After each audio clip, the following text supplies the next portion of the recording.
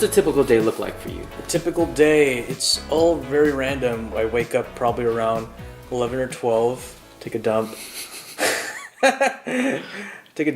Wake up, check my Twitter, Facebook, emails, answer emails, grab some lunch or make something. More of the same. I mean, all throughout the day. Sounds like a good day. Anything that starts off with a dump is yeah. good to me. Mm-hmm. So I'm curious about one thing. So I had dinner with you once. I had the pleasure of having dinner with you once at a random Mexican restaurant in the very middle of the night. And we were interrupted so many times by your fans, by people who recognize you. So how often does this happen? And honestly, does it ever get really annoying? It can be annoying when I'm eating, especially, like what you witnessed. Because, I just want to spend time with friends and just hang out and be able to talk without, someone coming up and kind of just, like, or sometimes in the middle of eating, I'm, like, taking a bite of something. I'm like, and they're like, hey, David. I'm like, let me just finish this. But at the same time, I'd rather have them come up than to sit at a table over here and stare at me. So here's another thing I'm really curious about. You being David Choi, being, a famous musician, does that get you a lot of dates? One would think that you get a bunch of girls and stuff, but it's not the case. It's not the case at all? I think it's tough. It's tough for everybody, isn't it? Even for David Choi? Yeah, I think so. I mean, at the same time, I'm not like the type of guy who goes out and I'm trying to get into girls' pants and stuff. Right. I would rather have a girl approach me. I know it sounds like a wussy thing to say, but I don't really like approaching that much. I just kind of like a more natural, like, I meet somebody, they just say hi, and then we meet, we talk, and then we get to know each other. And then I'll be like, hey, let's hang out. But for the most part, I don't really go up to girls, and I don't usually initiate. See, that's interesting to me because, you've written your share of romantic songs and girls, they swoon over you. So, wouldn't that be really intimidating for them to come up to you? Now, if they did come up to you, and they were like, oh my God, you're David Choi, I love you, I love your songs, can we go on a date? Is that somebody that you would go on a date with if they knew you like that? It'd be pretty ballsy of a girl to do that to any guy, I think. Yeah. Right? I mean, so if they asked, maybe I'd say yes. Yeah. So you heard it here first on NMR with David Choi. If you see David Choi and you love him, go ask him on a date immediately. He will say yes. That's a promise. There's always gonna be more fresher fish in the sea. Stop watching so much TV. Yeah. Oh, here's your shout out. I hope it made your day. Your grandma's in heaven, parting away. Let's move into touring. So you've done a lot of touring. A lot of touring in the last 2 years. What are some of the things that you've learned from performing on stage so much? I can hear everything, and I see everything too. You see all these faces, and something that's really interesting is when people yawn and things like that. I actually, while I'm singing, I'll be looking in this direction, and I see like a mouth open, just like, whoo. And I look over here, I'm like, oh, dang it, he's yawning, and then I just focus my attention elsewhere, while trying to be in the moment of the music. But at the same time, I know that my music sometimes people listen to when they go to sleep. So it makes sense. So I'm not offended. Wow, that's crazy. So you actually do notice individual reactions. You can hear everything. When I hear when I'm singing a song and I hear I'm like immediately directed to that noise. And it's probably the same with all the other performers. They notice that stuff. So. But you don't let it get to you how no, you I see don't. people reacting. It doesn't change your set list or anything like that, right? Not really. Right. You just kind of deal with it, and you kind of convince yourself that it's natural and they're not bored, even if they are. So I noticed that before when you were booked for concerts, it was mostly acoustic. They were all acoustic performances. But lately, when you had these concerts, you've toured with a full band. Yeah. Now, why is that change there? When you have a bunch of musicians on stage with you, you're allowed to screw up, and nobody can tell. Good cover up. It's just more enjoyable to perform your songs with a full band, and I think it gets across a different message as well. Mm-hmm. Ammonia is a household cleaner. A DDT is a banned insecticide. Would you like to try some of this poison? I'm thinking you like this cyanide.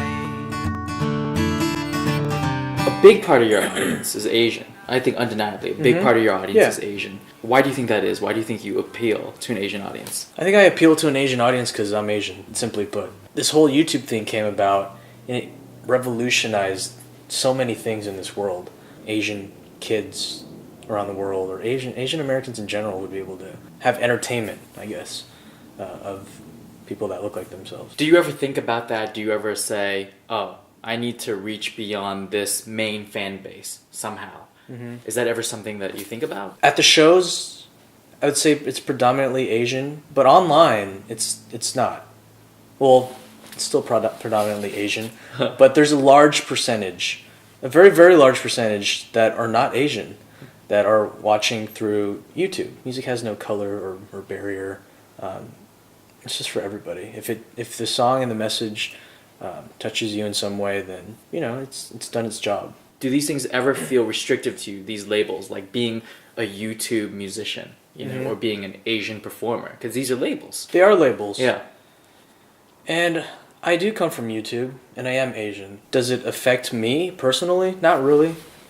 Everyone needs to put a label on something. When you think of someone's music, you describe it as like, oh, it's kind of like Justin Timberlake meets, Frank Sinatra. I don't know, something like that. People put labels on it, so I guess it's a way for just humans to define it. So, as an Asian American, is there any specific element in your music that you can say, oh, this affected that, this changed that? I don't think being Asian has anything to do with, I don't really talk about Asian struggles or anything, because I didn't really have too many of those. It's just human interactions. I have a lot of songs about death. People don't know this, but it sounds like it's not about death, but it actually is. I think someday I'll probably just, when I'm done, I'm just like, all right, this is what it really means.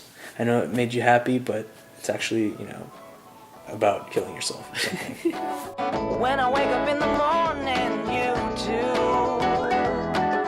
When I dream at night, it's of you, you too. In the middle of the day, you too.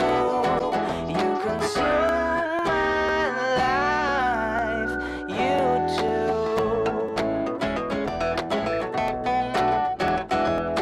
too. When you started off on YouTube, like a lot of other artists, musicians, you did covers.